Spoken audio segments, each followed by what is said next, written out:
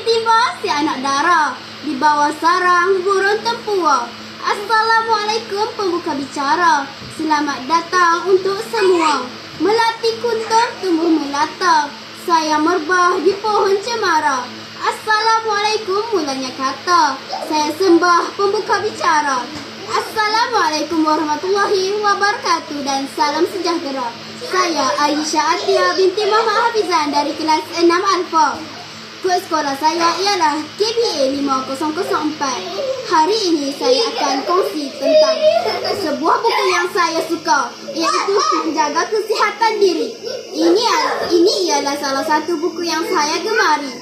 Buku ini mempunyai jumlah 30 muka surat dan 3 buah bab.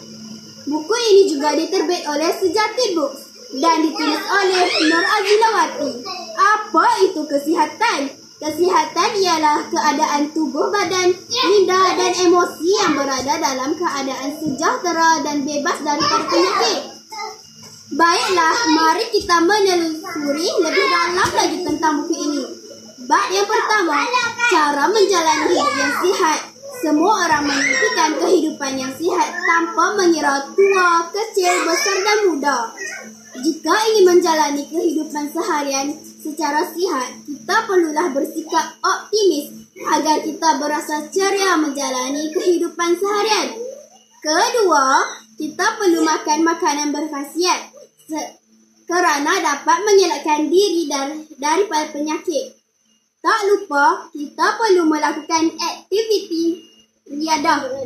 Bab yang kedua, cara memiliki kecergasan tubuh badan. Kita hendaklah selalu bersenam, makan sayur-sayuran dan minum banyak air kerana hal ini dapat membuat kita sihat. Ramai anak tubuh badan cergas tetapi mempunyai sifat malas untuk bersenam. Sebenarnya, bersenam, makan sayur, minum air yang banyak dan bersikap tenang dapat membuat kita lebih cergas. Bab yang terakhir itu bab yang ketiga, cara memelihara kesihatan mata.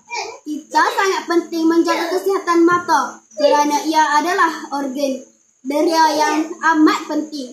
Elakkan menonton dalam gelap kerana dapat menjejaskan kesihatan mata.